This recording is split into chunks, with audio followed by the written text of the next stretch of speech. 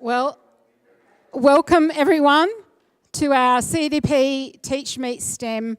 We're really excited to have you here, and we're excited for the viewers that are on the live stream as well. It's going to be a really great TeachMeet session, and without further ado, I would like to thank Cath West Innovation College and Kathy Larkins, who's here, for allowing us to be here on this wonderful site, and the tour that we just had, which was just fabulous. So I think a lot of us have seen some really good ideas and taking away a lot of inspiration. But then I'd also like to invite Paul Stenning, who will be the new principal for Cath West next year, to welcome us and acknowledge country. Thank you, Paul. Thanks, Lisa. Well, let's begin in the name of the Father and the Son and the Holy Spirit. Amen. And Lord Jesus, we gather in your name.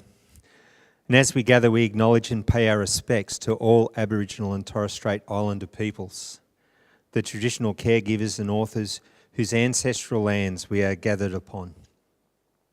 We acknowledge the deep attachment, culture and primary relationship of First Nations people to country, and we respect and cherish their past, present and ongoing interconnectedness to the land, sea and air. And Lord, we pray, whatever we build, give us a glimpse of your glory. Whatever we make, give us a sense of wonder. Wherever we travel, give us a sense of reverence. Whoever we meet, give us a sense of awe. Whatever we do, give us a sense of achievement. Whatever our situation, give us knowledge of you.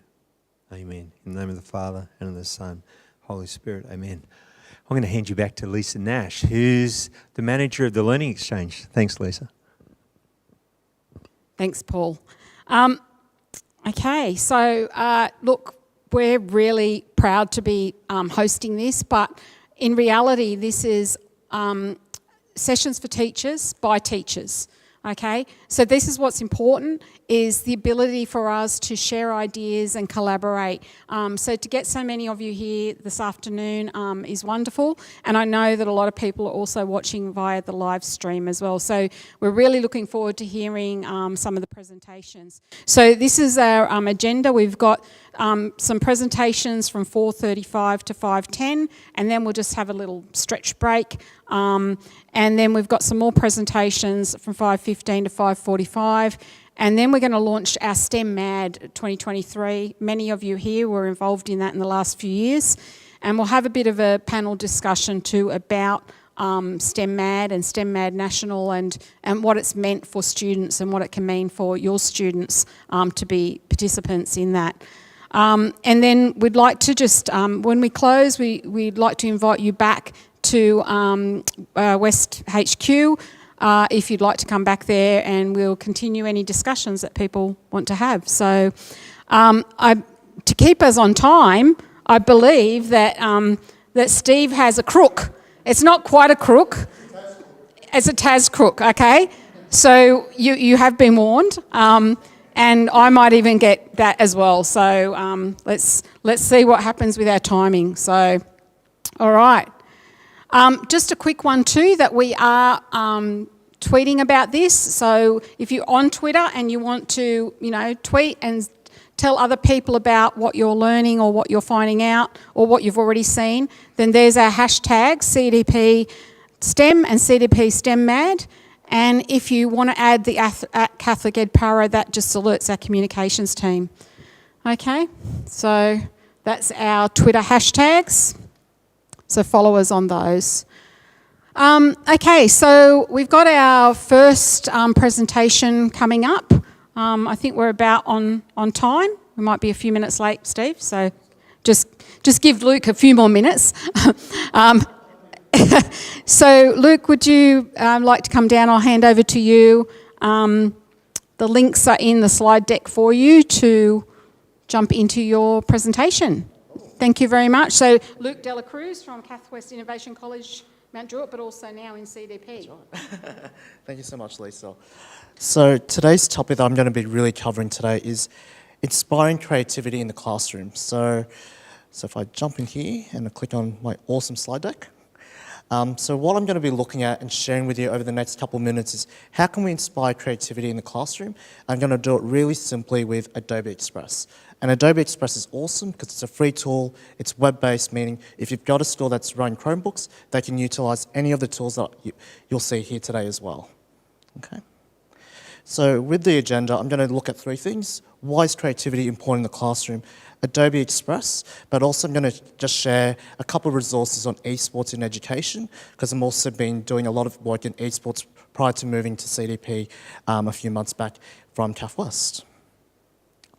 So when we look at why creativity is super important, the top 10 skills that the World Economic Forum are looking for in 2025, you'll find that smack down in number 5 is creativity, originality, and initiative. Okay, so creativity is really valued by a lot of our employers, and they're wanting people that can really think outside the box and really come up with solutions.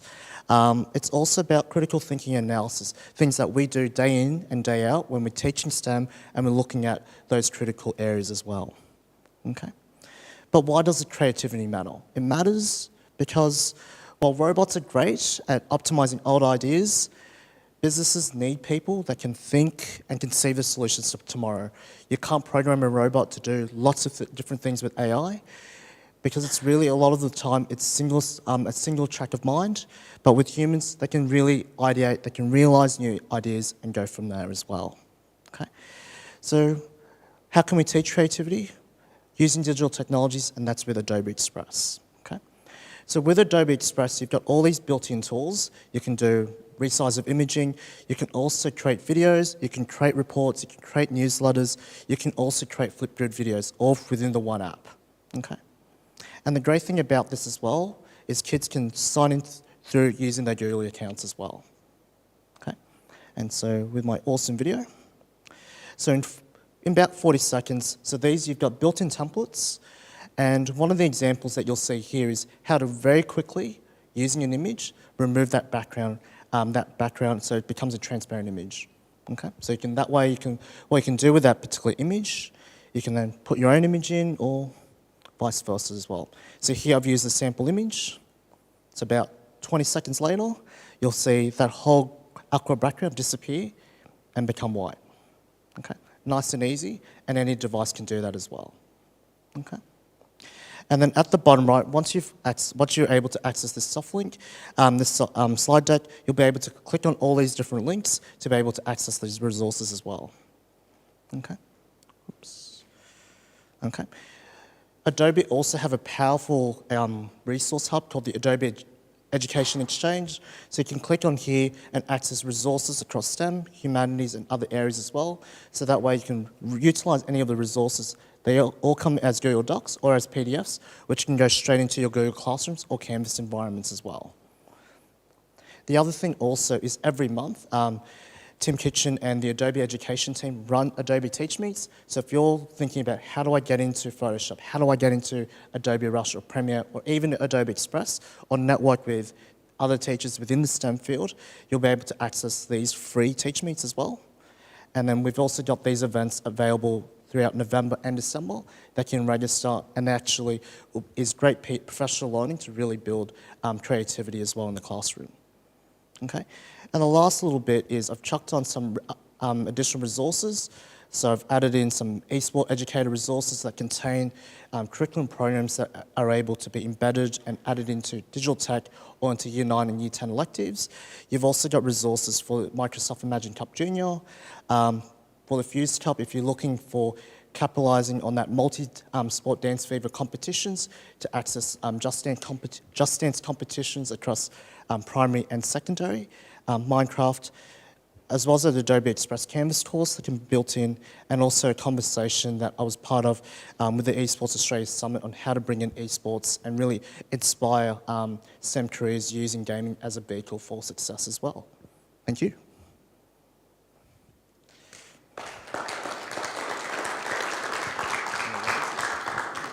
Thank you. Thank you very much, Luke. I really got quite a few great ideas out of that as well, so I hope you did too. I'd like to introduce now Ian Fuller from Carolyn Chisholm College. I'll hand over to Ian. Where's my slides? Yep, just click into your link here. Oh, okay, yeah, good. All right. Yep, thank you. Oh, good evening, everyone. I thought I was the 2-minute one, so I might get us back on track here a little bit. As a science teacher and interested in STEM, we found at Carolyn Chisholm College that we were trying to get some STEM work going. There were some issues trying to integrate that into science with the current team and so on, and trying to integrate that with the TAS department. So there wasn't a lot happening there. We also found then that when we ran STEM competitions as extracurricular things, there was a couple of teachers spending a lot of time outside of school time supporting a small number of kids because that seemed to be a barrier for a lot of kids staying back at school. So we were getting buy-in for a very small number of students for a small number of programs. So we sort of came up with a different format, and this is just a bit of a rundown of the way we decided to run our STEM club. So it's still extracurricular, but we run it at 2 lessons a week, so a double lesson. Our lessons are 50-minute long, so 100-minute sessions. We rotate the lessons through the timetable so students aren't missing the same subject every week. Keeps some of the staff happy. We have about 7 staff who volunteer their free lessons to supervise those STEM lessons out of their own time. And then the hope is, as we build up, that more of those staff will actually then take responsibility for a particular project or competition that the students might be involved in, and then they're the point of contact that do all the paperwork and oversee what the kids are doing and so on. Students, when they sign up for it, they need to sign a permission note. Their parents have sort of signed to say, we understand what's going on and we accept that while we're out of class, the onus is on us to come back and catch up on any work that we've missed. Now, obviously, some of the teachers don't like it as much when students are missing from their class, although often when you've got STEM students that are doing sort of these extra extension sort of things, they're often students who are quite conscientious or capable to sort of pick up that work without missing out on too much. But some of the pros and cons, within the one space at the same time, we can have multiple projects running, and Luke just mentioned a couple there, and constantly getting different STEM projects that are running that you could sort of be involved in. So, you know, there can be heaps and heaps and you can't do everything, but this allows us to do more if students are interested. A double lesson is plenty of time for students to get in, get started, spend a good amount of time involved in the task, pack up and leave. Whereas if it's after school and you're sort of there for an hour, by the time they sort of get there and have something to eat, you know, you've lost time. You can't do it at lunchtime because that's nowhere near enough time to get into things. We can have students across cohorts working on the same project. It's no time out of school for me, so I give up a couple of lessons. So for me, it works maybe 3 or 4 lessons a term out of my free lessons that I'm giving up, and I think that's probably better than staying back for an hour and a half every Tuesday afternoon or whatever it is. We also have an external person coming in who's one of our parents that runs a coding course for our students, and she volunteers that time. Luckily, she doesn't work, so she's able to sort of do that on most days except Wednesday, so that sort of cuts down our availability, but it allows us to have other people come in if we can fit with their time. We've also decided just recently, within science, certainly we had a group of girls that we picked for the STEM CPP project and said that was going to be a science extension project in Year 9, and we ran that through that STEM time as well. So they actually presented last night, so that was another sort of good event. Some of the outside students may not be able to turn up every week because if there's an assessment task or something important their teacher needs them in class for, that's the priority. We don't have the same teachers in the sessions every week, so they don't necessarily have the same people advising them or supporting them. So if one teacher's running a project, they may have to communicate with them outside of that time. That's not too big a deal. That sort of links, I think, the next point there. Same teacher's not always available. We had to avoid some subjects on the timetable, particularly some of the performing arts or creative arts where they only have a limited number of practical lessons, and they were very, very unhappy about us maybe taking some of those lessons out of their timetable. So some cons, that made it a little bit harder, I suppose, and then matching that with, so I've actually got 7 teachers, including myself, that are volunteering to do it. So matching free lessons for them with the subjects and the times that we've got was a little bit of a difficulty, but we managed to get there. These are just some of the projects that we've worked in so far. So it's allowed us to sort of do some of these things, which I imagine if you were just sort of running these as individuals, or you'd be putting in a lot of time. So over a period of time, some of those competitions take quite a slab of time across the year, like the space design competition, Robo Cup that we had girls in for a couple of years. That can take an awful long time, and they sort of really need a lot of time to get into that. So we'd like to sort of add to that list as other competitions come along and there's more availability.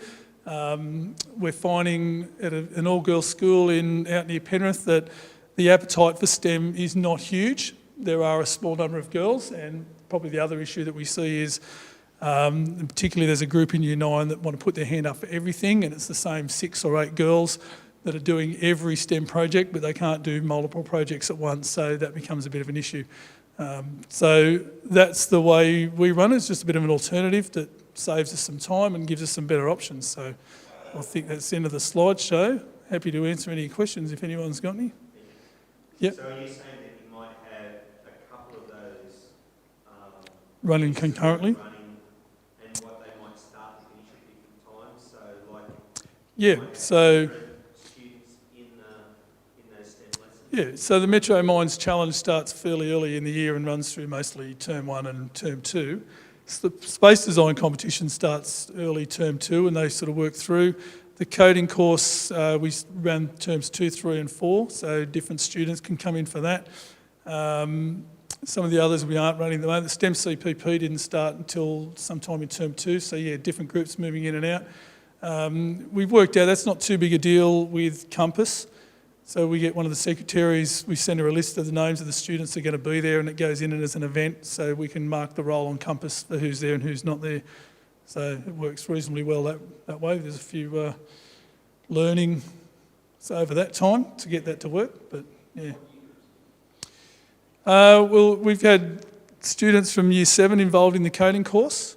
The Metro Minds Challenge, one of the TAS teachers runs that, and it's usually, I think, Year 9 students. He runs in his iSTEM, out of his iSTEM class.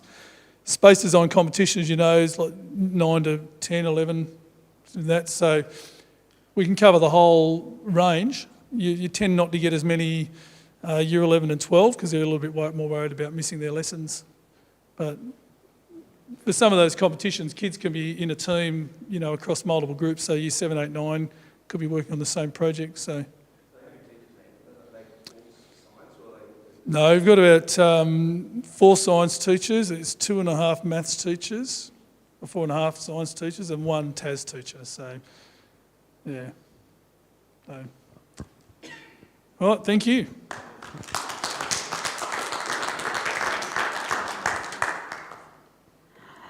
Thanks for that, Ian. I think it's always that dilemma of trying to really engage and grow in STEM, and so that's a really good practical information for schools, and I'm sure people could contact Ian also and just find out a bit more about that. So thank you very much for that.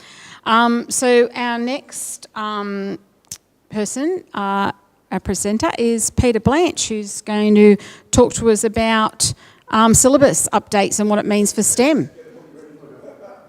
So,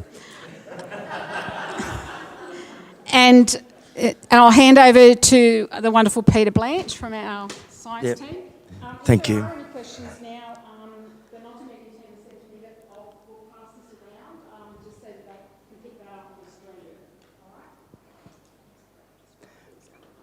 right? Yeah, I've got the timer on, so it's okay. I've just presented this to the science coordinators meeting, and it took us an hour. So hopefully I can get through it in about 7 minutes. As you know, what we've got at the moment is we actually have new science syllabus in 4 and 5, stage 4 and 5.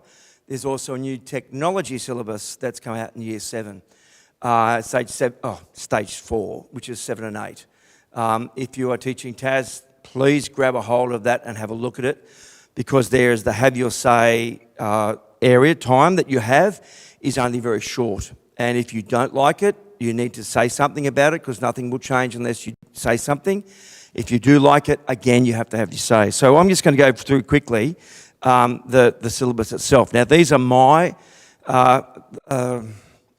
highlights. So this is the rationale. So we went through this rationale. If you look at the rationale for science, the observation, questioning, they're the skills. The ones, the first paragraph is the skills. We're supposed to be a dynamic and collaborative, creative syllabus. So we want to look at that, whether it is. It's supposed to be a knowledge explicit syllabus. And really, I think personally that it should be a process explicit syllabus, because we can grab knowledge on the net just like that. And what is the most essential knowledge?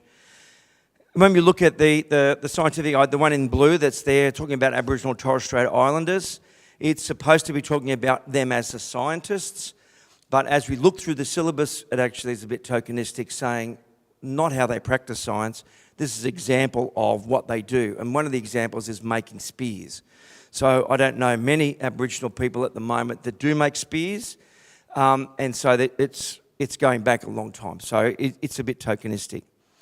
It talks about the scientific disciplines and the conceptual understanding of science, but when we go through it, it's contextual. And a lot of the science disciplines are lost. For example, one of the physics parts, astronomy, is totally lost, whereas astrology is there under pseudoscience. So you've got astronomy gone, astrology in. So it's a bit of a worry. The biggest thing is the bottom part in the purple. We'll jump through the purple because I'm wary of time. It's supposed to be make reasoned, evidence-based future choices, ethical decisions, and engage in finding innovative solutions. When we look at the syllabus, that's great. I think that's a really good thing to have as a rationale. But then once you then go into the syllabus, none of that is there. So it's not there. It's great, it's ideal, but it just doesn't show. So this is the syllabus responses. We've got to ask these questions. Is it going to assist our teaching? Is there anything missing? And then we're going to look at the aim. So let's look at the aim, which is a good aim. We're going to further develop students' curiosity and interest about science and natural world. Fantastic. But then when you look at the syllabus, we ask ourselves how. How is it going to happen? Okay? How does that happen? We increase the students' knowledge, understanding of the nature and practice of science. That's great. In other words, we're going to do lots of working scientifically through it. And then we're going to have these evidence-based decisions. But in the syllabus, it's not evidenced at all. And I'll show you what we mean. The focus areas are written down there, and they're supposed to be, this is what you do in Year 7, this is what you do in Year 8, this is what you do in Year 9, this is what you do in Year 10, and you do it in that order. So there's no flexibility. Now, I've spoken to Nessa about this, and that's what they're hoping. It's not mandated, but it's what they're hoping that we'll do. That's great. Say we've got the scientific cause and effect. Every school will be doing scientific cause and effect at the same time throughout the schools. Now, if we've got an excursion to the zoo or something, everyone will be trying to get that excursion to the zoo at the same time, doing the same thing. And I don't think that's fair. These are the outcomes. I'm just going to run through one very, very quickly. These are the ones for Year 7s and 8s. Look at scientific cause and effect. It describes the effect of forces in the real world context.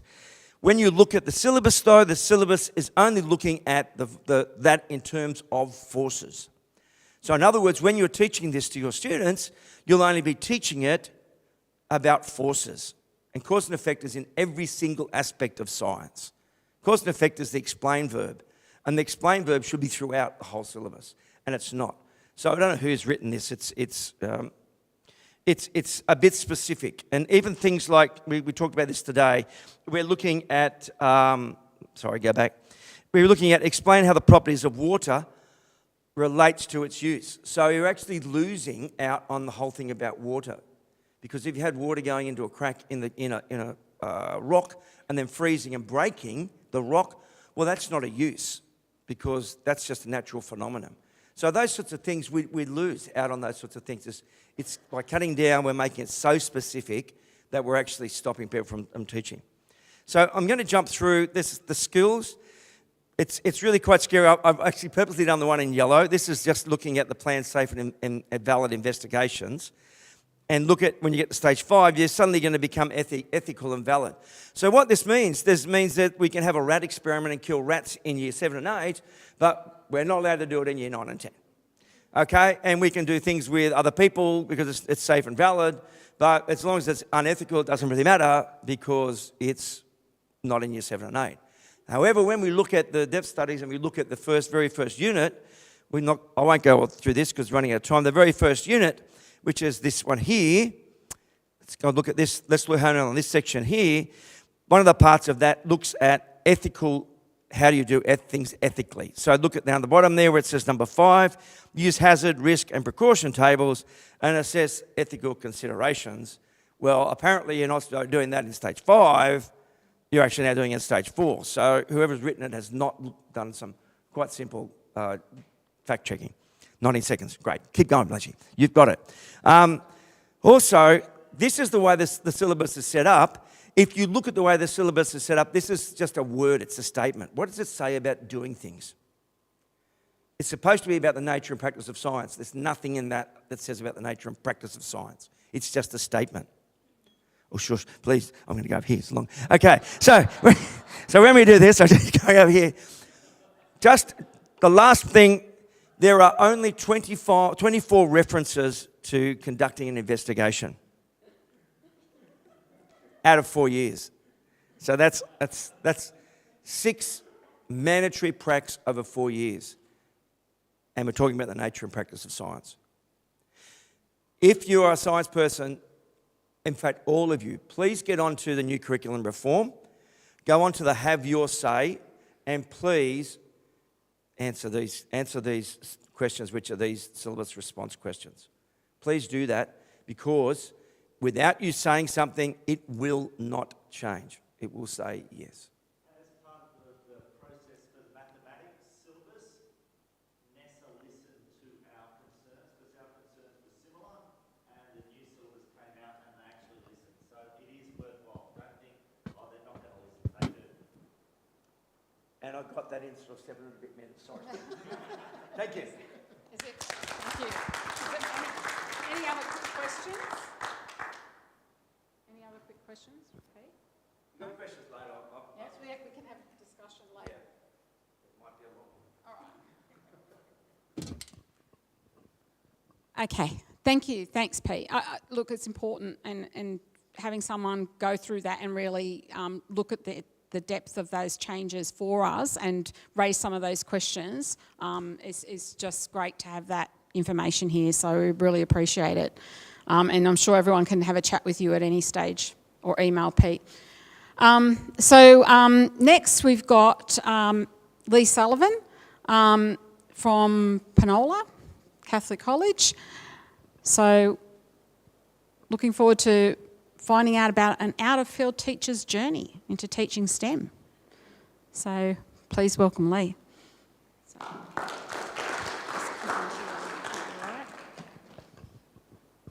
All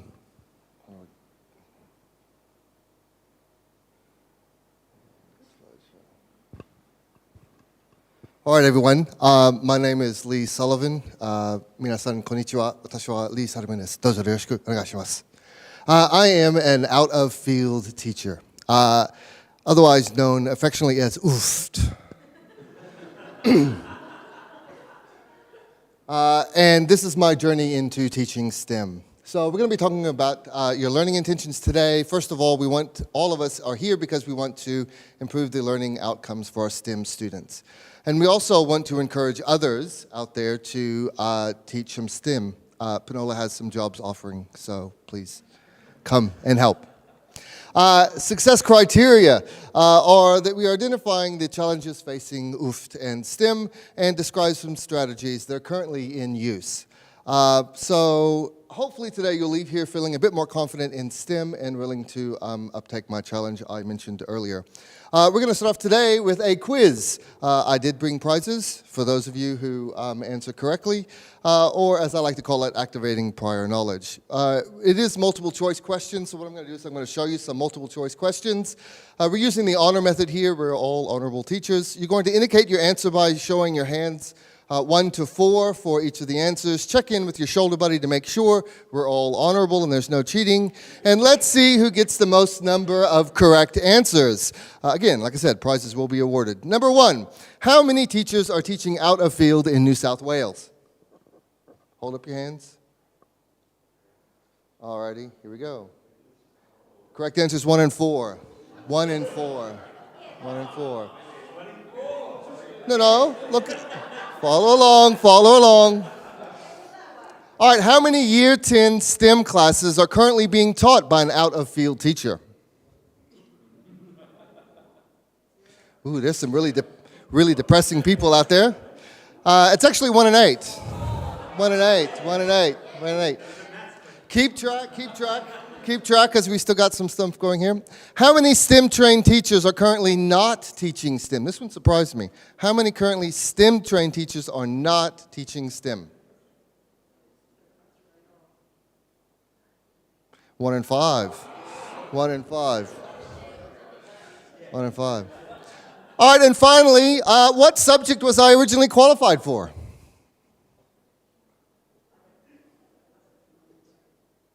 I'm actually geography trained. Actually, for real, geography trained. Yes, I did actually speak Japanese. That wasn't me making stuff up. I do that a lot, but that wasn't it. So let's first of all talk about what is an out-of-field teacher. Well, according to most of my research, when a teacher teaches a subject for which they have less than a second year of tertiary study, either an academic or education degree, they're considered an out-of-field teacher. A little bit about my journey. I was a geography teacher in 2005, so I came out and started working at Panola or McCarthy at that point. I became a Japanese teacher in 2007. I then became an IST teacher in 2016, and then a STEM teacher in 2017. All of these occurred when a teacher left our school, and then they needed some guy to fit in, and that's what I did. In 2021, this year, I became a textiles and timber teacher, which was quite interesting, learning how to sew. Some of you who know me know that my favorite word to say is sew, before following a question, so that I did notice the irony. And believe it or not, next year, I'm actually teaching a Stage 5 Ag class, 9 and 10. So that ought to prove to be quite interesting. What advice can I give to those out-of-field teachers and those teaching STEM? The first of which is that you are not alone. This is a survey that was done that talks about how confident do STEM teachers feel about teaching STEM.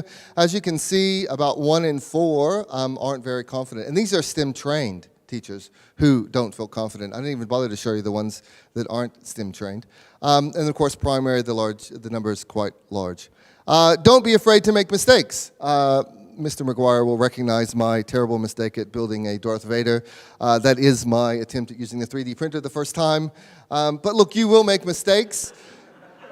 Hundreds of dollars repairing that, yes. But look, you will make mistakes. But again, as students, we encourage our students to make mistakes, and that's how they learn. So why expect us teachers not to make those mistakes?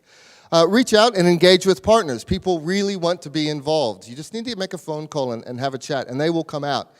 This is us with PwC and Telstra. They came out and participated in our presentation days.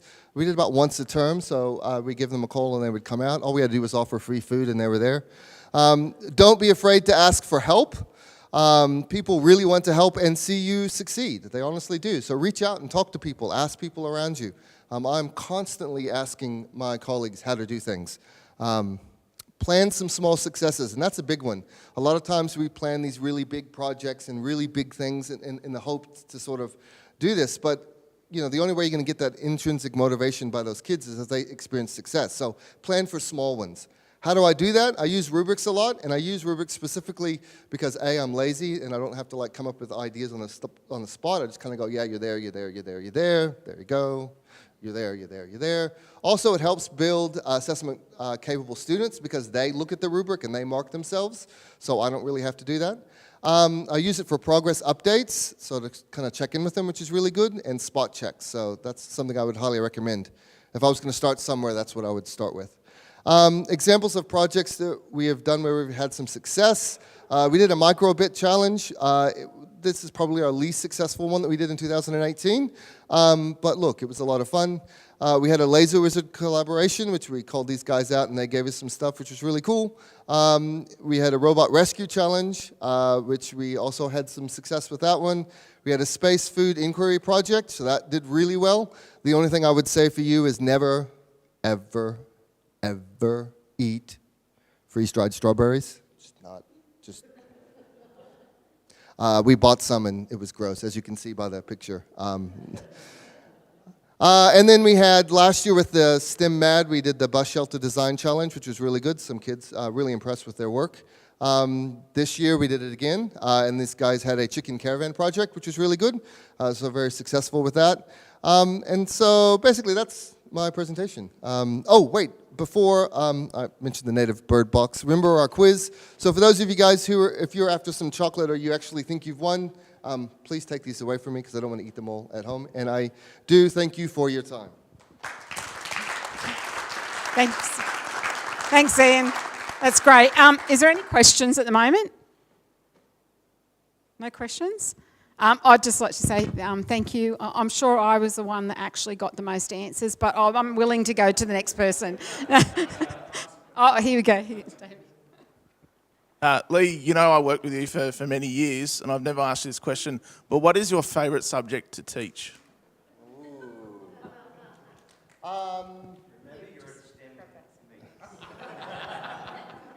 My favorite subject to teach is any subject where I can get kids to experience success. So if I'm teaching, you know, the timber and the textiles, it's really good. I like watching them do those sorts of things. So if I'm really going to be pushed for it, probably like a social studies geography would be my favorite one. But nobody ever gives me that job, so. Thank you so much. Someone else?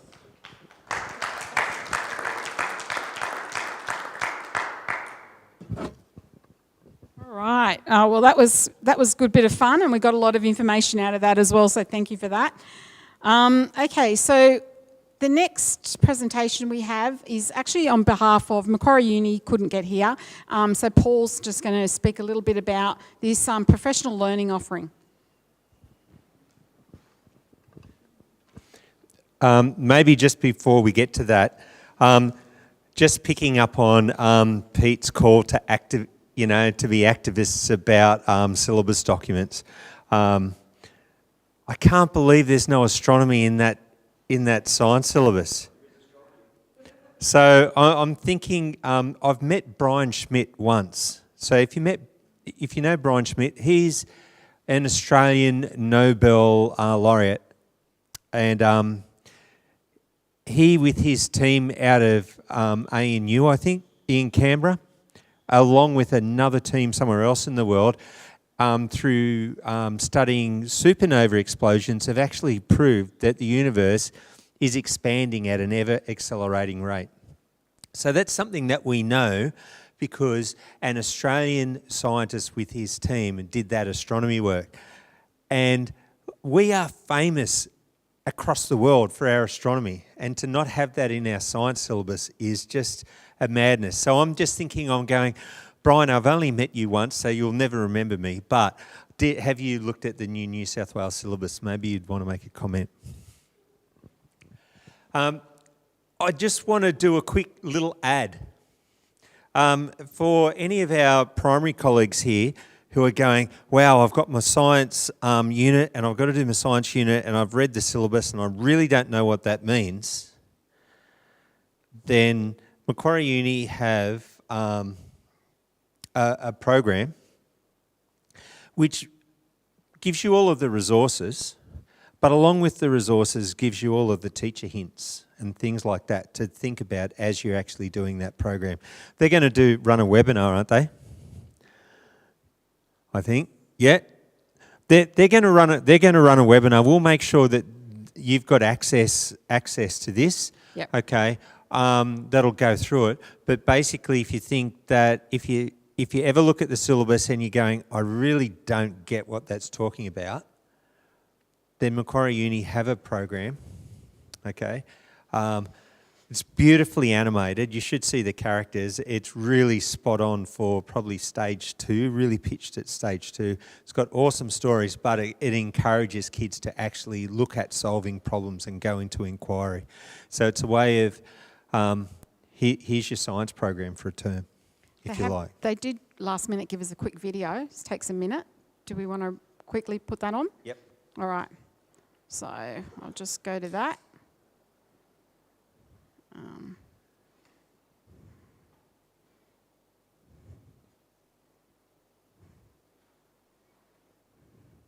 Hi, I'm Dr. Catherine Barger from the Macquarie University School of Media and Communications.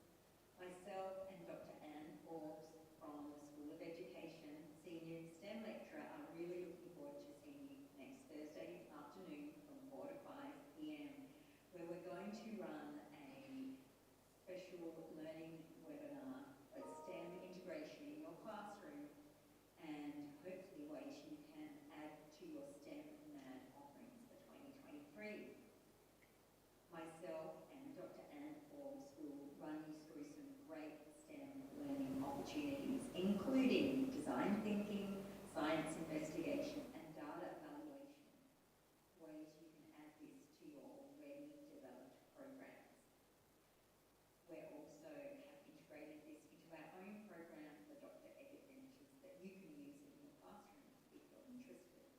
But we're just doing some professional development for you next Thursday from 4 till 5 p.m. Look forward to seeing you, and I'll show you the details now.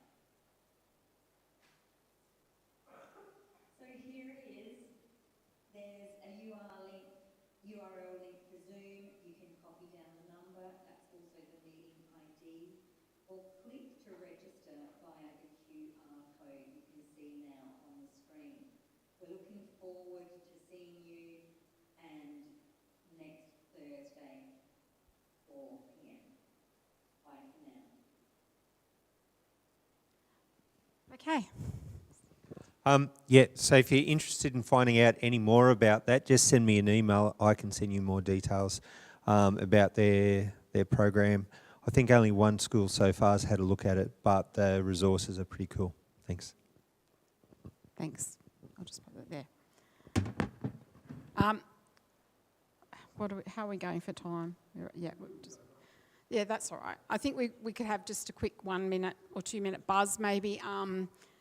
Just be great to get, what's your feeling so far about what you've seen today, either at the Trade Training Centre and the tours or the presentations. Has anyone got a comment? I'll just, if you want to, I can give you the mic. It just helps with the streaming. Has anyone got...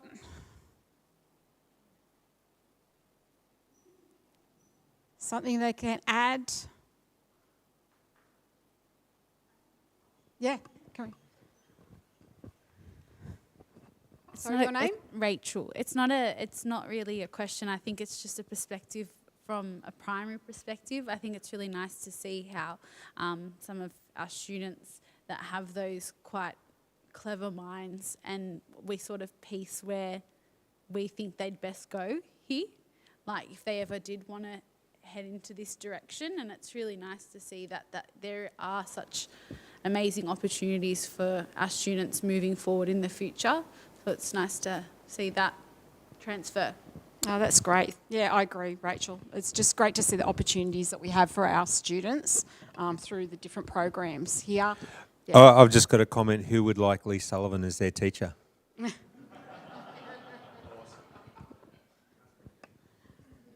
Just one more question, or an observation. Yep.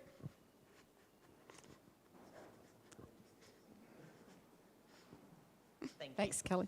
Is that working? Yeah. Yes. I just thought it was interesting. So just to comment, the alignment between the concerns between different syllabus development documents, that it seems that there's a common thread that the lack of practical experiences across the science and then also the technology seems to be a concern. So it's just interesting to note that those two things, start in K to 6 as one syllabus and then spread out in Year 7, and that they both seem to have the same issues. So just a noticing, not a question. Thanks, Kelly. I'll grab that mic off you in a minute. Thank you, everyone.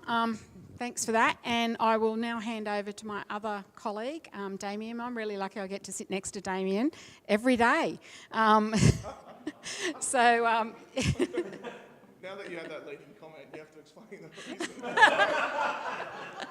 Well, he is my colleague at Lex, so we do sit next to each other, so that's all right. And we work together, don't we, Damien? We do. So in Lex, and so we've bought this equipment, and Damien's been working with schools around virtual reality, so he's going to explain a little bit of that. So I'll hand that over to Damien. Thanks, Lisa. Now, I do need to explain that comment because that has been captured on camera.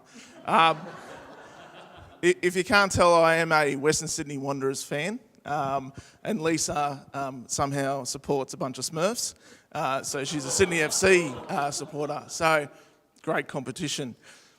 Now, first of all, I work for Lex, I do work for School of Now, and I'm going to apologise in advance because if you sound like my presentation is an ad, because it is an ad, okay? So just keep that in mind. You're thinking, what's this guy talking about? He sounds like I'm trying to sell him, I'm trying to sell you something. Because I am, all right? So first thing, I'm going to talk about virtual reality. Before I start my presentation, just a show of hands. Put your hand up if you have given your students a virtual reality experience. And those watching at home can participate as well. All right, hands down for me. Virtual reality, doesn't matter what you define it or how you look at it or what lens you look through or what subject, what I always take away from it is the last line. It is the passive learning being able to be transformed into active learning. Now, for those who didn't put their hand up, can you now put your hand up if the reason that you haven't been able to give your students that experience is because you don't have the equipment? Put your hand up if you don't, or you haven't been able to give your students that experience because you don't know where to start. This is the ad part. I'm here to help. Lex is here to help. Do I have a bargain for you? All right? But wait, there's more. All right? So Lex currently has two 15 illumination virtual reality headsets. Right? They are available to be borrowed 5 weeks at a time, half a term, and it is a package deal. You get me for an hour or even longer to support you, your students, your teams in using these devices to give them that experience. So now that I have your attention, I'm going to go back and you're all going to remember my email down the bottom there. Because I guarantee you weren't paying attention to my email now, all right? So, with our kits, okay, you send me an email, I want to get involved. Already this year, through the Illumination kits, I've been out, I have supported some of our high schools and some of our primary schools as well. I'm going to talk about the primary schools because I'm a high school teacher. The primary school was a religious experience for me, okay? So, primary school teachers, my heart goes out, but finally it was good to actually talk to a student instead of talking to a student, so it was really good. But wait, all right, so there's more.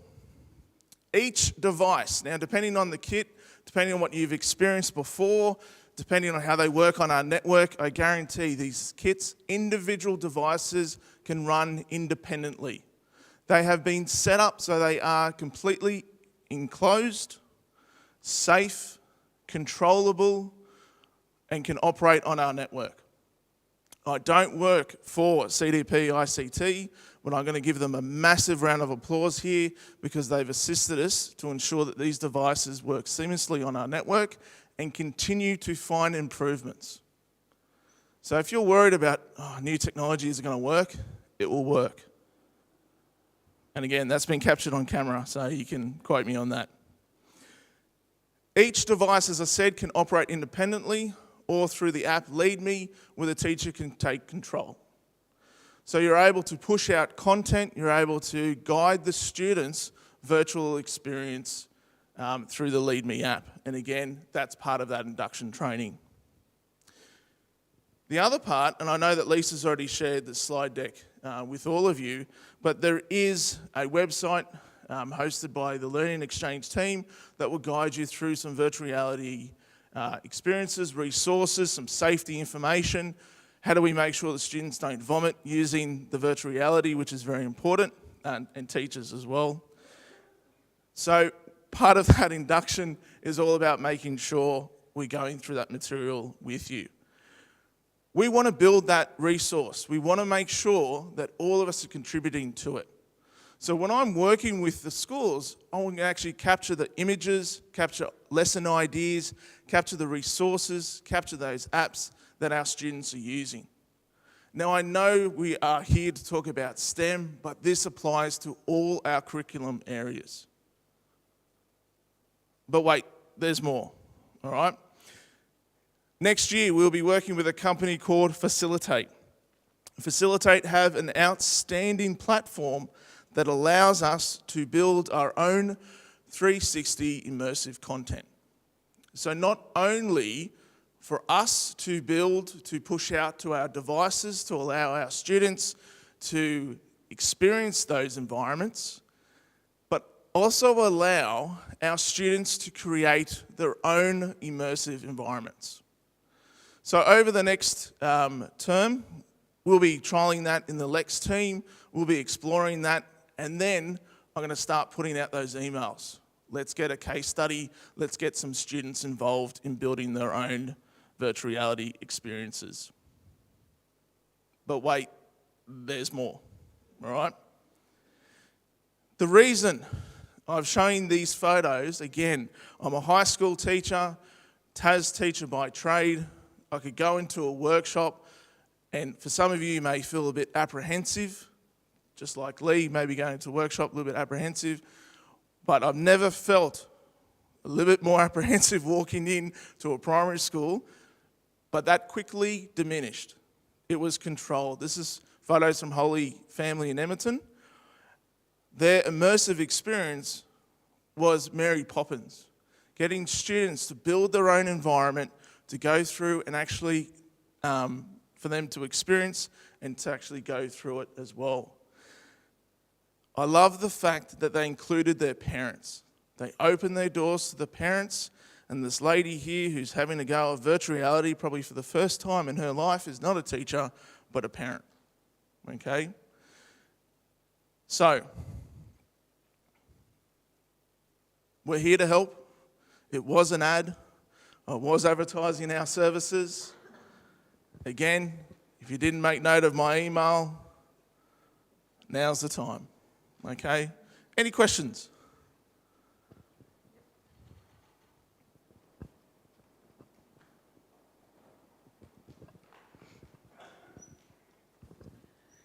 Damien, if you check your inbox, sign us up at Paddy's. Okay, so I'm looking at that from a maths, from a science, and from a TAS angle, and I'm looking at that the kids are going to be creating their own environments. Where is the training for teachers to be creating environments for them to be then rolling out into their classrooms, because we have this thing called a teacher shortage.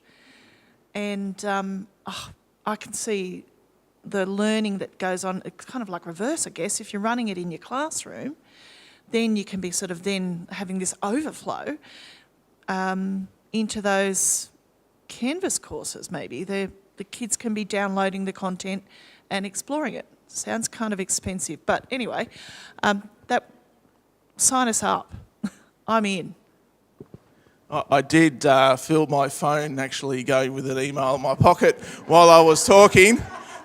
So yes, the ad worked. But in terms of the teacher training, absolutely. Once we are, we've taken that opportunity to really explore, facilitate, and see those capabilities. That's the next step, and that's a very logical step to take. Question? Yeah, thanks, Damien. Is there somewhere where there's a list of all the apps that you've already got that are available, that experiences? Yeah.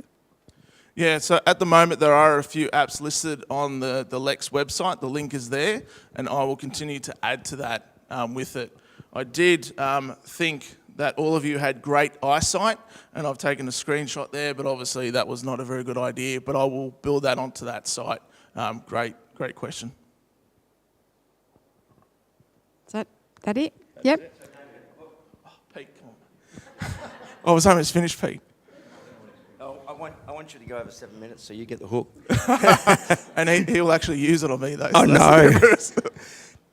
What's an example of what like subject-wise, what would you do? Like we're talking about virtual reality, but just what's an example? You've got an example of, say, the kids doing the primary school with Mary Poppins. How would you use it in STEM? Just how would you use it as a learning tool? Well, you mentioned before your comment about space and exploration. On those kits are apps in terms of the moon landing, so you can actually put yourself in the driver's seat, if they have a driver's seat, of Space Shuttle, of Apollo 13, those kind of experiences. So again, each app encased, ready to go with those kind of experiences.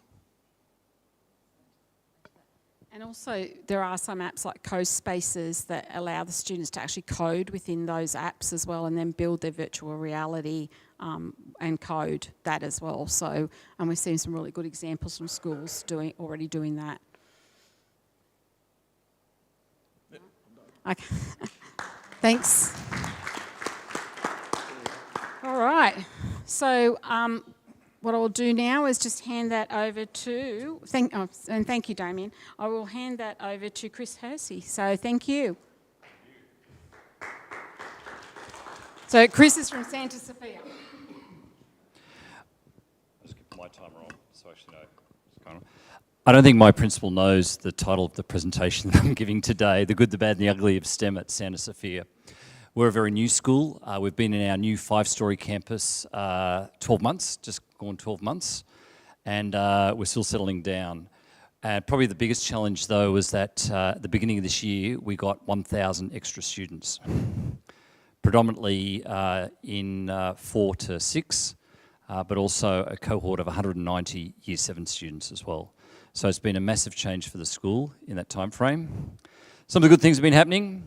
The STEM Mad Day, the Day of Curiosity, I work with Steph Tarantolo, fantastic teacher. She's done some amazing work with the in the K-4 space in actually getting them running. It was probably only for a couple of hours for each of the year groups to do anything related to STEMs. We're doing robotics, things well. The previous year we did one when we were still at Our Lady of the Angels, and it was all about guiding people around the new school. So we're sort of building that excitement for the new school as well. The great thing about it, though, is more about the engagement of the staff, because a lot of the primary staff are very nervous about teaching STEM, and by doing this, they're actually able to provide them the resources and the support to actually run an event, a STEM-based event on the day. She's also created maker spaces in each of the K-4 classrooms as well.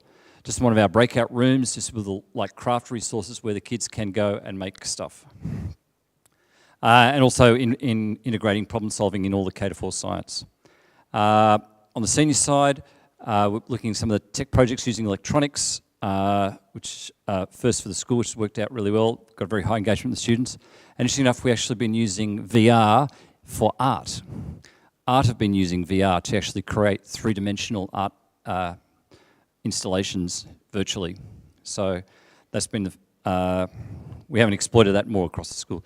Also, important thing is actually developing Illustrator skills or CAD skills from the students, and we'll talk a bit more about that. Gen STEM, if you're not involved with CSIRO Generation STEM, that's a very good program. They've got some really good projects for students to work on. We tend to use that to feed into our STEM MAD. This year, next year, we'll probably go a bit more deeper into, for our Year 10 students to actually design something electronic or coding-wise, as opposed to more just a general thing. And the Orbi Space Initiative is one thing we were involved with last year, which is fantastic for Year 8 girls. It's quite interesting because I think, I'll talk that one a bit, jumping ahead of myself. The bad, adapting to new learning spaces. For us, it's taken us 12 months to get there. We're almost there. But it's a great challenge using the new spaces. We ran the Australian Space Design competition in our iSTEM classes for Year 9 and 10, but predominantly Year 9. It's a great competition. I'm very biased because I've been involved with it for some time, and I'm actually a volunteer with the organisation that runs it. But it doesn't really work with Year 8 and 9. We tried to do it in Year 8 TAS, tech mandatory, to cover engineering and some of the food tech stuff, but didn't work very well, and the Year 9s didn't work very well either. They really struggled to work in a context which is outside something they're not really familiar with. But as an extracurricular activity, it worked really well, and I think it was great to see Caroline Chisholm were invited up to the Brisbane finals, and then from then on they've been qualifying for the Brisbane finals ever since. It's a great experience. National final up in Brisbane in January, and then the international finals at Kennedy Space Centre in around August. The ugly, brand new school, get all this equipment, we don't know how to use it. So that's CNC route will be sorted tomorrow. We've actually got to come in tomorrow, we've got a vac former there. But just understanding, even our 3D printer, it took us probably mid this year to actually get that going up and running. Laser cutter's been fantastic. We've been using that from day dot. And also just trying to manage resources, especially Lego spike kits. We've got heaps, about 30 Lego spike kits and about another 30 Lego We-Dos, and just trying to manage those things. Well, a more philosophical question, I say, is why do we bother about STEM? Why do we bother to teach STEM in schools? I don't know if you actually really thought about that a lot. It's something which is near and dear to my heart, probably more for another hat that I wear as a Air Force aerospace engineer, as a reservist working out of Richmond. In defence, we have a really big issue of actually attracting people into STEM industries and STEM jobs. So from my perspective, from the Air Force perspective, the military perspective, and defence industry perspective, we really need to get more people in STEM. So we want to encourage kids to take up STEM things. STEM also does provide us that mechanism to teach them skills that's very hard to teach in a classroom, in a traditional classroom. So if we're going to do STEM, how do we know it's working? How do we know what we're doing is actually being successful? How do we measure success? How do we define success? One thing I've been toying with at the moment is 2 metrics, because essentially it comes around stage 5 and 6 is where they actually get to choose what electives or what subjects they choose. So for us at the moment, we've got 36% of our students in stage 5 are choosing STEM subjects, which is actually not too bad. What's more interesting as well, and it's quite encouraging to see here the number of ladies here today, is that females are highly underrepresented in STEM careers, and we really want to reach that, and also our Indigenous community as well. We need to reach out to them to try and encourage them into STEM careers. So another important metric is saying, well, what percentage of our underrepresented groups are in doing STEM? See, it's much higher for stage 6. That's probably because we've got a very small stage 6. There's only about 40 kids in our stage 6, and majority of that will be coming from the biology. Whereas picking up that number, a lot of students doing biology. So into the future, something we're trying to do at the college is that we want to develop a digital literacy framework. Essentially, it's the way we actually teach them age-appropriate skills from K to 10. They've tried to include it in the syllabuses there, but it tends to be more of a throwaway thing rather than actually a structured set of things that you can resource to actually teach kids how to, from turning onto a computer to using spreadsheets to using CAD, so we can actually teach them the skills which are going to enable them across all learning areas, not just STEM, but all learning areas. That's something we're slowly trying to work on. ACARA have done some work on putting a framework together which we're trying to link in as well. We did some work with Paul with the Mars rover, and I feel my watch beeping, so I'm about to finish up.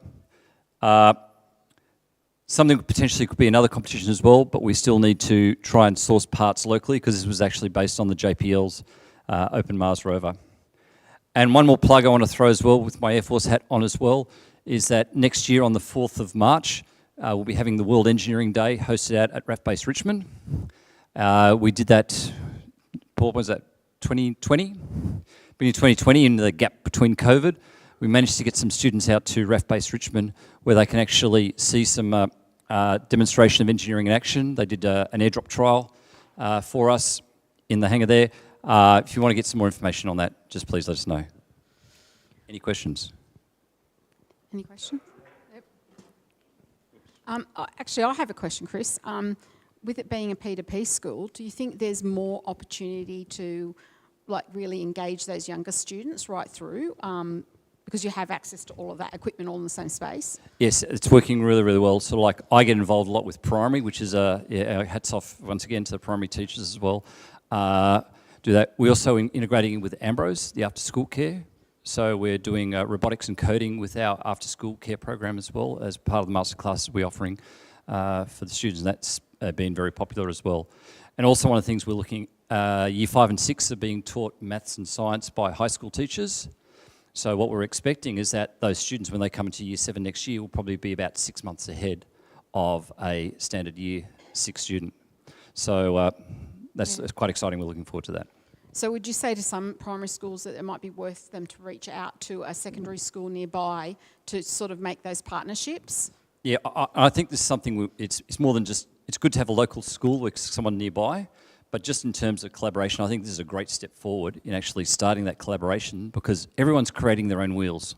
And it's really frustrating. I think it's frustrating me ever since I came into teaching, is that we're always constantly making our own wheels, and we need some sort of mechanism which we can actually share, once again, the resources, the ideas, and also the support across CEDP. Thank you. Thanks so much, Chris.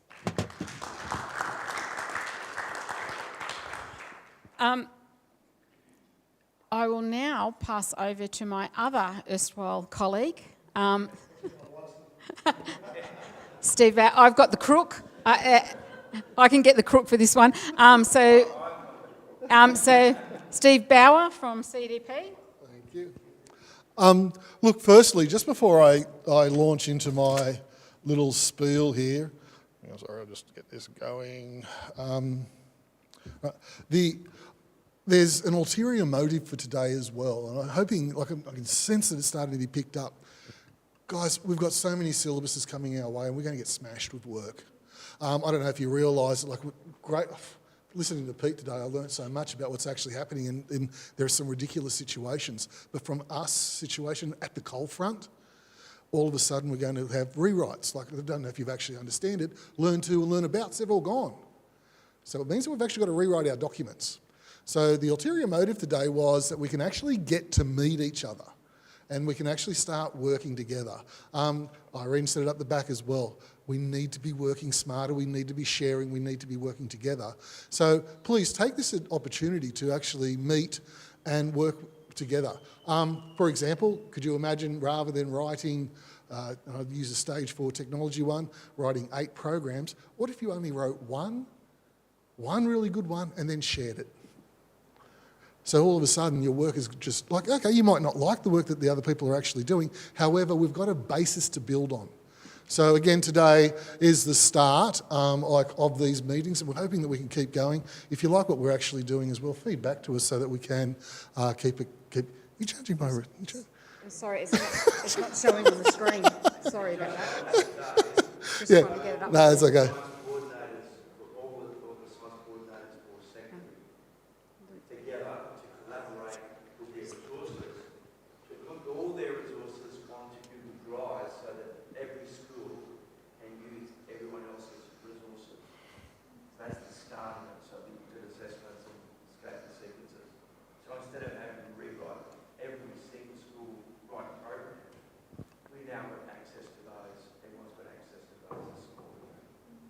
Just a great place to start, and that was an ulterior motive, and hoping that you're picking up on that. So basically, coming back to STEM, like, I want to know who's responsible.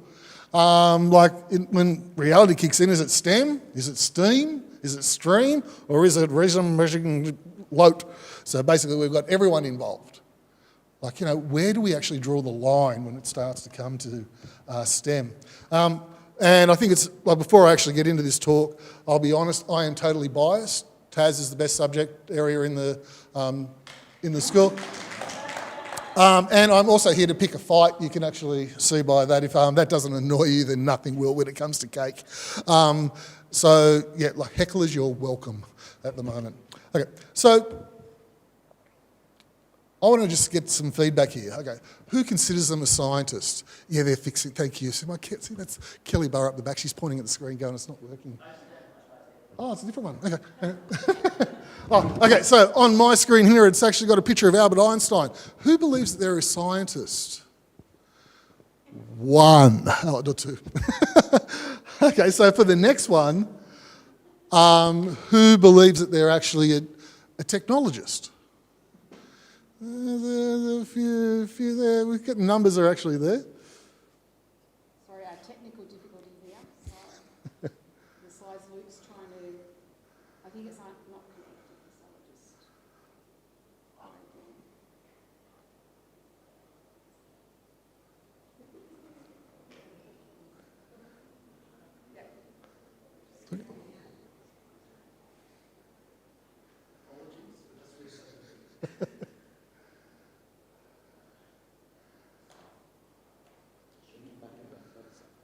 No worries. Yeah, look, I'll just keep working through this. Who sees themselves as being an engineer? I've got a couple there. And mathematicians, where are you? Oh, I got a bit across. Okay. So let me ask you, who should be running STEM? Geography. And actually, geography is probably possibly one of the better answers here that we'll actually get.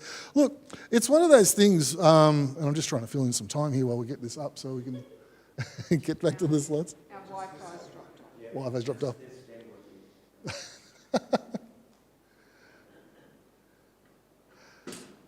That's okay, we'll just do it. It's getting there? No, it's not. No.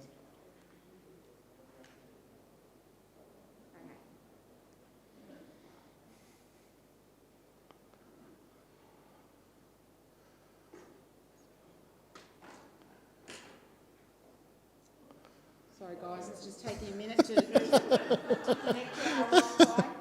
Is there any STEM people here that can fix this? Yeah. It's gone?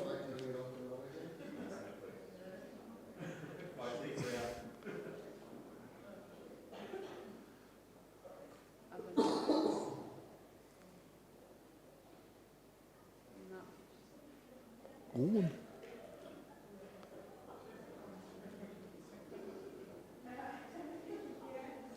Luke, you got, Start. Guys, look, we'll just keep to time. Basically, my argument was literally with this, what I was actually building to, and there was a fair amount of humour in the slides, which you're going to miss out on. The whole idea, when we come back to it, like, who is responsible for STEM and who should actually be running it? And the whole idea, I was going to actually point out Mr. Hersey, I was going to actually point out Pete, and also Mr. Dennis as well. Like, if you actually get to meet us, and that would sort of be your STEM, where we've got science, technology, engineering and mathematics coming together. When you actually get to meet us, we're actually quite strong and passionate about our areas. So when it actually comes to STEM, like, who should be running it when you've got all this strong people and minded about it? And it's not a bad idea that the geography teacher should, if they're good with people. Because the whole idea with this STEM is actually not necessarily the different areas. We need to come together as an interconnected entity, but what we actually need to do is have someone that can control those personalities, because if not, you'll find that STEM will actually start to drift off. Oh, it's come back. Oh, there you go. Yeah, that's okay, that's no worries. So, and again, I'll just quickly run through this. Like I said, we want to keep the time. You can see with STEM here, they start to actually pull it apart and they give different meanings to it. So in this case here, does STEM mean sophisticated, talent, educated and mindful? Again, if you have a look at the next one, it'll actually say STEM, STEAM, STEAM. We keep on bastardising it, like we actually keep changing it to make it fit into certain circumstances. Is that right or is it wrong? And like I said, at the moment, the bottom one is like everyone is as a KLA. RE, English, Maths, Science, HISI, PE, Kappa, TAS and LOTE. Should we all get a Guernsey? Like, why are we missing out? And again, I think sometimes you actually need to be selective in what we're actually doing. That's what we're saying. Should we be selective and should we be focused? Are we going to get a better deal for it? This does not bring joy to a TAS teacher's life. And in a lot of the times you're going to find in STEM, the technology and the engineering can be silent. Should it be? I'd argue no. Math is a STEM project. Can we actually do math, and this is an honest question, can we actually do math as a standalone STEM project? Or, what is your idea? Does it actually need to have an end piece to it? Like, do we need to, like, what is that point of view? So, look, you know, if you really want to get into a fight with me, it's quite easy. Just start talking about the design process that you can actually get into. Like, if you want to go into STEM, like, which one do you actually choose? And it just keeps going and going and going. I think science, technology, engineering and math, I think, you know, when we come back to it, we've got that practical idea of what STEM should be. But again, does only science inquire, research and experiment? I'd actually have technology there as, I should say, thief, because all we do is steal from science, engineering and mathematics to actually make things happen. And again, do we need to pigeonhole it, or can we go that way? This is a great little definition I found online, and the whole thing there, it comes down to that interconnectedness. We need to be working together, and problem solving is one that we need to actually look at. So I'm just racing through it here. This is an interesting quote. IDEO, if you don't know, it's a fantastic company in America. They're brilliant, and they're probably responsible for a lot of stuff that we actually use, from the mouse to the toothbrush. They've invented the whole lot. And basically what they're actually saying is, like, you know, you don't need to have someone with this big red ball to say, I'm the leader, follow me. We actually don't want that. And 9 times out of 10, you go, oh, sorry, the boss is here. 9 times, there's 2 bosses, okay. 9 times out of 10, you're going to find that they won't have experience in what we're actually doing with the problem. So the whole idea is what we want to do when we're innovating is breaking away and challenging the actual norm. And this is where I was getting to. Like, with STEM as such, like, if we've got the infighting about who's going to run it or how's going to organise, what can we do? And there's some of that, we can hear some of that coming through today. It will start with I'm the font of all knowledge and I am STEM, follow me. And then it will start to peter out till eventually it gets to a situation where it is actually a puddle of misleading statistics. So my idea and what I'm actually throwing out there is maybe STEM should not be run by a science, technology, engineering or a mathematician. Maybe what we really need is someone good with people. Thanks. Thanks, Steve. And sorry for your technical difficulties too. We were trying to sort that for you. Thanks, Luke. I think these are great questions, aren't they, for us all to sort of ponder on about STEM, because who should be responsible for STEM? And really it does come down to, you know, providing students with those problem solving and critical thinking skills, and all of the work that we do does that. So, yeah, Paul. The US are probably 10 years in front of us around STEM education. And I heard them talking about strategies that engage minds. So while they do still talk about science, technology, engineering and maths, but they do talk more broadly about what are the strategies that engage minds in terms of their definition of STEM. Thanks, Paul. All right. Well, please, can you give a big cheer for all the presenters that we've had tonight? I really... Has everyone got a lot out of those? Yeah, and I think it's been just a great opportunity to hear, but also all of us share ideas. So thank you so much. Okay, so we're also taking this opportunity while we've got everyone here, is that we're really ahead of our game, aren't we? We've got our launch for STEM Mad 2023. So we've now been doing this for 2 years, so this will be our 3rd year. We're really excited. We had a fabulous year the first year, and even more fabulous the second year. So we have a few people for a panel, and it won't go too long at the end. So if you can stay, that would be really good. And what I want to do is just share with you our launch video that we've got that just goes for 3 minutes. So I'll share that with you. So. Hi,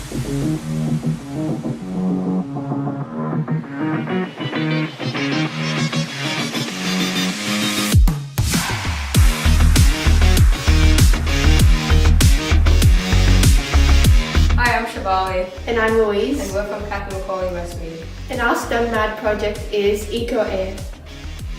I'm Ari. I'm Magda. I'm Chelsea. And we're Team Mac.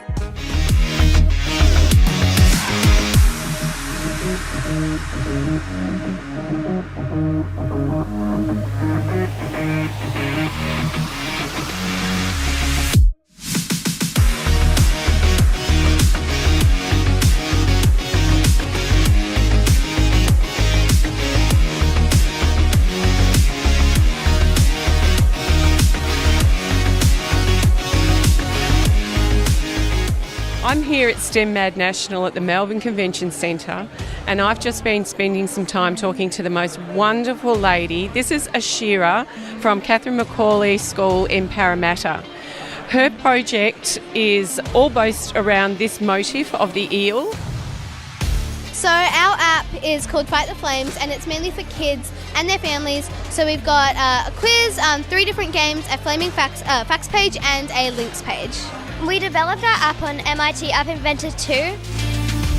My next school is another special school that's doing wonderful things. A fantastic project which I'm really looking forward to hearing about is the Auto Bin, and it's St Angela's Primary School, Castle Hill. The benefit of STEM is the context that you can give students to what they need to learn, and then we're developing that skill across the board in a variety of different subject areas.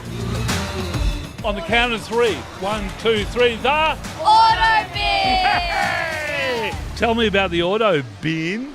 So the Auto Bin is one central bin that will automatically sort out waste into the 3 different bins, so like recycling, general waste and compost. If you were to, example, drop a piece of paper into the bin, it would go through the funnel and stop here at the Google Lens, and the Google Lens will scan the piece of paper and recognize it, and then it'll give that information into the 2 levers, and the levers will help guide the piece of paper into the recycling bin. What was the best thing about working on the project? Well, definitely like teamwork and cooperation, as well as being able to like showcase our learning and like learning new things as well, and just like being able to create a solution for something that needs to be solved in society.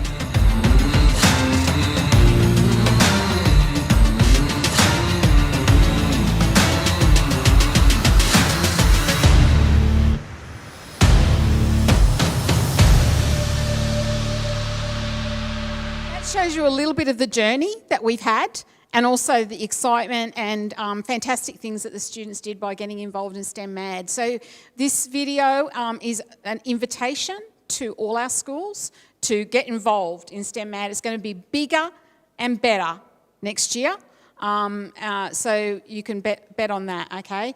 I'll just show you the website as well. So if you do scan that QR code, it will go to the website. Just pop in here,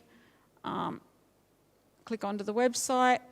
So we've got most of the details in there yet. There's a few of the timelines we still have to work out, but basically it will be in Science Week, that the CEDP STEM Mad will be in August in Science Week next year, and it will be here.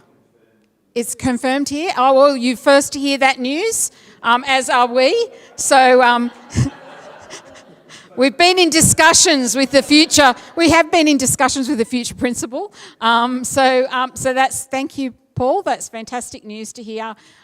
We can't wait because it's going to be a great venue to have all our students here. All the information's here, a promotional poster. You've got these lanyards. If you want to get some kids excited, we've got plenty of them. Take them back to school and take more. Bernie's got more out there. Take a few more and say to the kids, okay, you can have these, right? And get them excited and get them thinking about it. And this is why we wanted to launch it now, so you've got plenty of time. And to sort of give you even a bit more of an insight, what I'd like to do is just invite, we've got people who have been involved in STEM Mad the last 2 years. So I'd like to invite Luke Dela Cruz and Tali Simpson and Marie Crawford and Chris Hersey and Steve Bauer to be part of our panel. And we'll just have a bit of a chat about STEM Mad and what it was like. So if you could come down and join me here.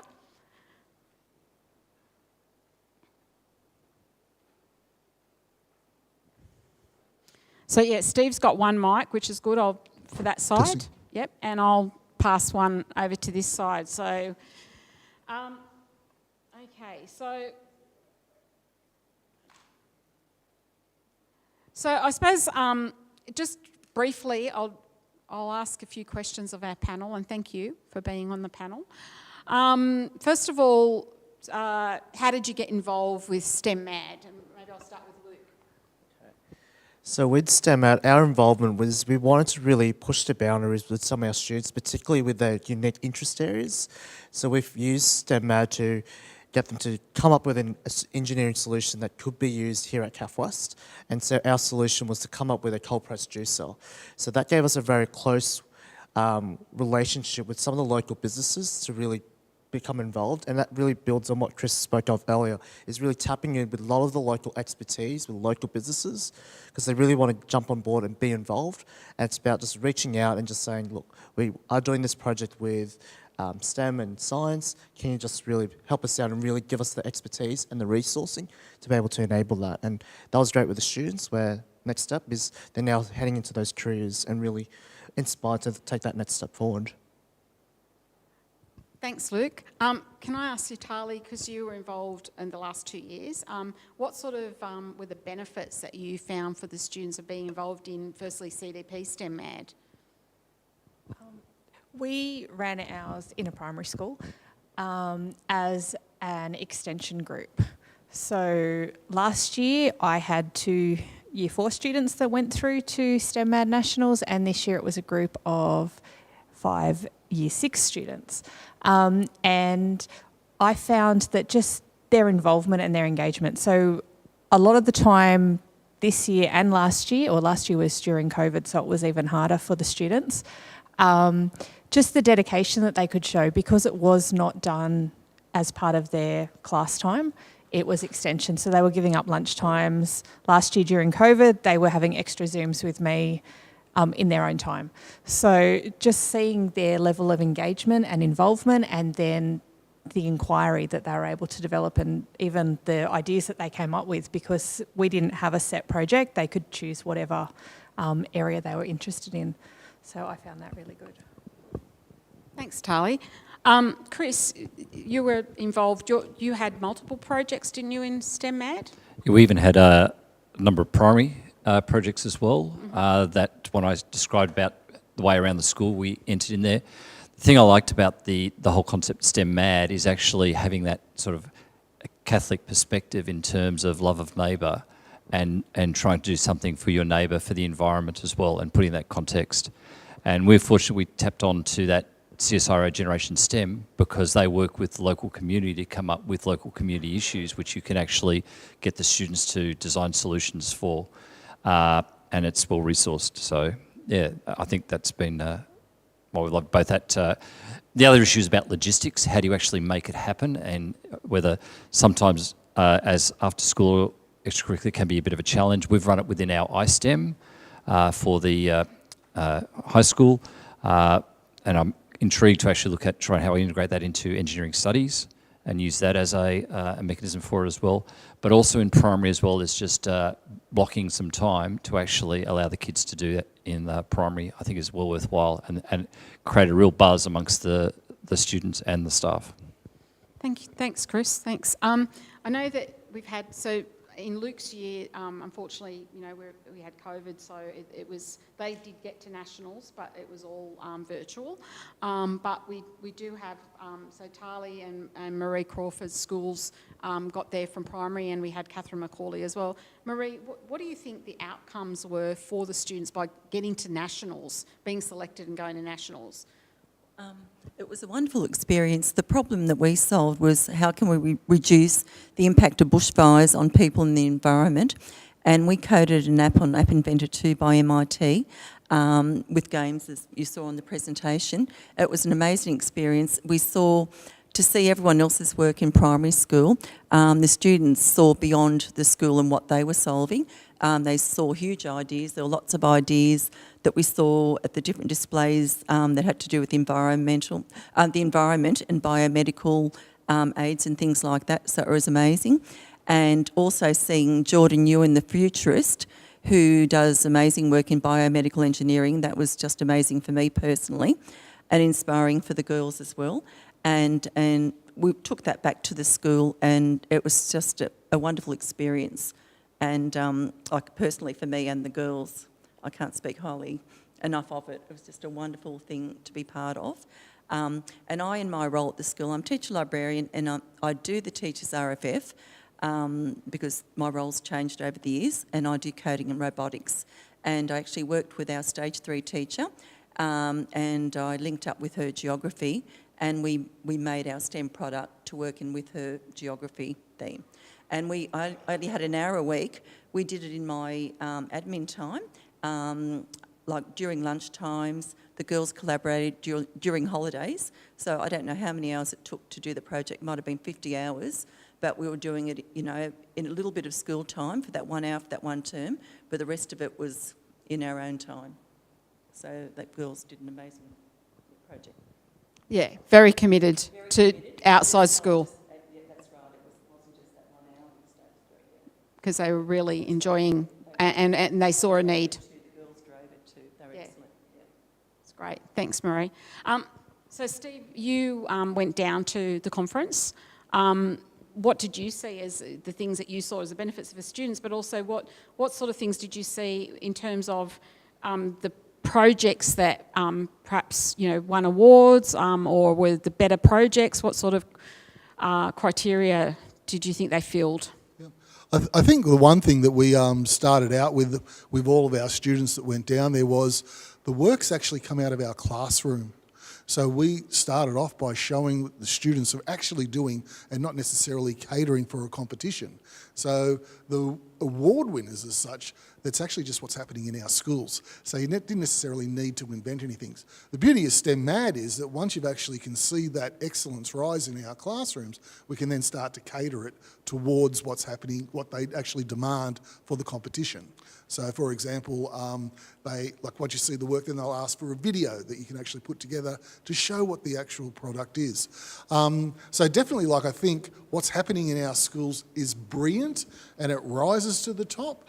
But then that second opportunity is then if you want to go into the STEM Mad side of things, is then start to go through that criteria and go, right, here is what they're actually looking for in there. Start to nail it down and then just push those kids just that little bit more so they understand, here's the marking criteria, this is how you're going to be judged, where are you showing that, make sure you tell the people how good you actually are. And I think that's really important is that, you know, please, you know, take part in our CEDP STEM Mad and reach out to us if you think, well, because we've had questions in the past where schools are going, well, I don't really know if it fits the STEM Mad criteria. You know, reach out to us because really some things that are more, say, research-based in secondary, we still want to see that at our CEDP STEM Mad, don't we, Paul? So, you know, so come in and join in, and you may want to then go further and look at the national criteria, and if you go to the website, it does give you, if you go down to the FAQs here, it actually has a link to the criteria that they have for national. And this could be worthwhile that you have a look at that. So they've got a criteria for primary and a criteria for secondary around the design process and the STEM integration and whether it shows innovation. But don't also let that put you off that, you know, just actually the work that you're doing in schools around STEM can definitely fit into what we want to see at STEM Mad, isn't it? Yeah. Is there any other things that you want to add? Paul, did you want to add anything? No? Is there any other things you want to add about STEM Mad? I just think like what's actually being planned in the background, thank Paul in advance for like with the use of CAF West for Science Week. We want to make it a showcase and like show the students and like what they can actually do. So like Lisa's saying, it's not necessarily about STEM Mad, it's about what our students are achieving and allowing them to shine and show people. Because quite honestly, if we don't tell people what they're actually doing and how good they are, people won't actually know and understand what they can do. Exactly, and I think the real benefit for your students is like you, the people coming today to see what's happening here. The benefit, I think, and Tali and Marie touched on that, is seeing the other students' work and seeing what can be done. So they learn from each other. So that's what they will really get from that. So thank you for being here today. Thank you for being part of our TeachMeet STEM, and I'd like to thank all my colleagues, Steve and Damien, Paul, Bernie and Saba, for all the work that they've done to get this going too, and Pete Blanche as well. I've done a lot of work on this to get this going for today. And also, we really want to see and hear from you about being involved in STEM Mad, and I think that's really ends our session. So thank you, go and enjoy. Oh, sorry, an open invitation. We're going to head over for dinner. If you want to come and keep this conversation going, you are more than welcome. We're not paying though, are we, Paul? No. It's all right. Ian's got some chocolates. If you really, we'll grab a chocolate. And so thanks to the presenters. I'd really like to, can we give them a round of applause again, please? Thank you. Thank you. I hope you've gone away feeling inspired and also with some practical ideas of where you can get started. See ya.